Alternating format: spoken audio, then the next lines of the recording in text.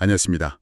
오늘은 저희가 함께 살펴볼 자료들, 바로 풍수 관련 내용인데요. 색상이 사랑과 행복을 끌어들이는데 어떻게 도움을 줄 수 있는지 좀 깊이 들어가 보려고 합니다. 자료 보다 보니까 흥미로운 지점들이 꽤 있더라고요. 이 원리들을 잘 활용하면 여러분의 공간과 삶에 좋은 에너지를 불어넣을 수 있지 않을까? 네, 그런 방법을 찾아보는 시간이 될 것 같습니다. 자, 그럼 바로 시작해 볼까요? 네, 좋습니다. 보내주신 자료에서도 나오지만 풍수의 가장 기본은 역시 기예요. 에너지죠. 이 에너지의 흐름을 어떻게 조화롭게 만드느냐, 이게 핵심인데요.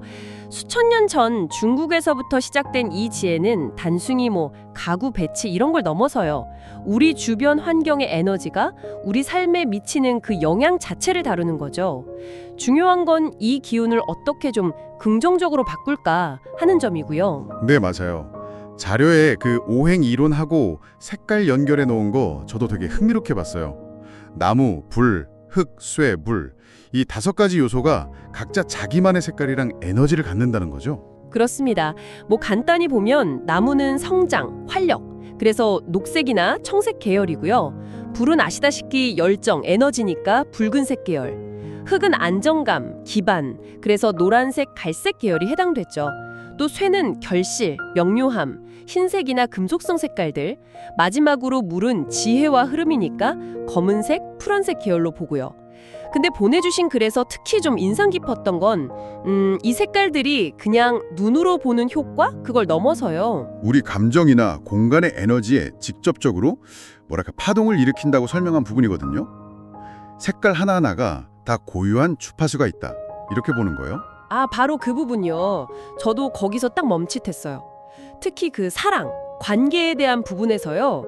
자료를 보면 우리가 흔히 아는 분홍색 말고도 기존 관계를 좀 더 단단하게 다지려면 복숭아색 계열이 좋다. 이런 구체적인 얘기가 있더라고요.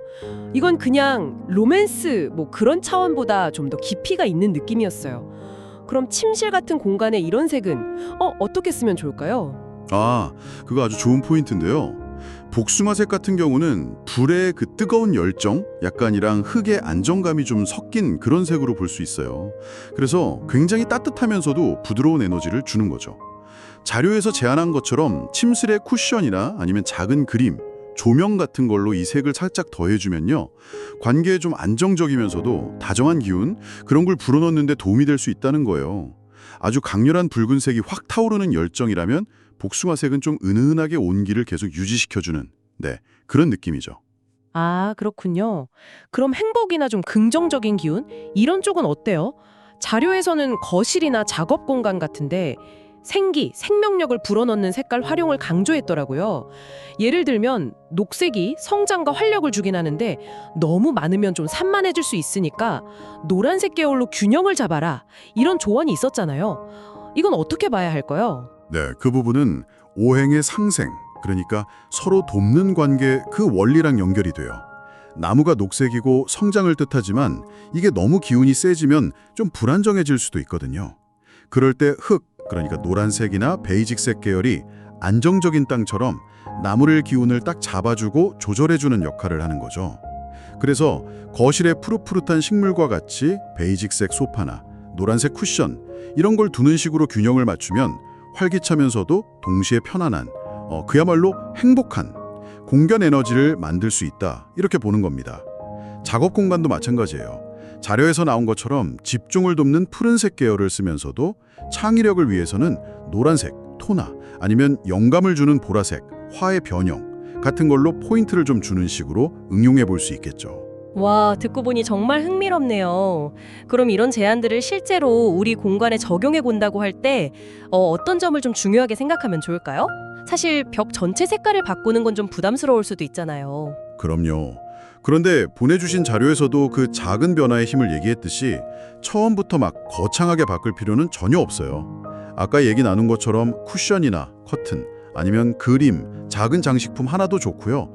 심지어 꽃병에 꽂는 꽃 색깔, 이런 걸로도 충분히 원하는 에너지의 색을 공간에 들일 수 있거든요.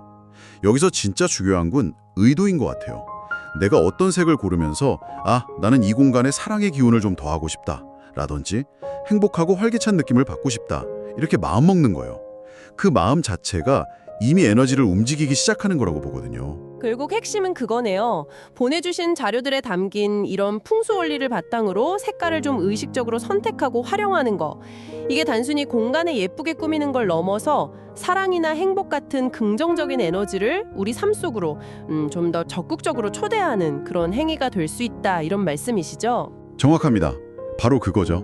그래서 마지막으로 한 가지 좀 생각해 볼 거리를 던져드리고 싶은데요. 어쩌면 특정 색깔 그 자체가 가진 힘보다도요, 그 색을 선택하고 배치하면서 우리가 담는 그 마음, 그러니까 사랑과 행복을 불러들이려는 그 의도 있잖아요. 그게 어쩌면 공간의 에너지를 바꾸는 가장 강력한 열쇠가 아닐까 싶어요.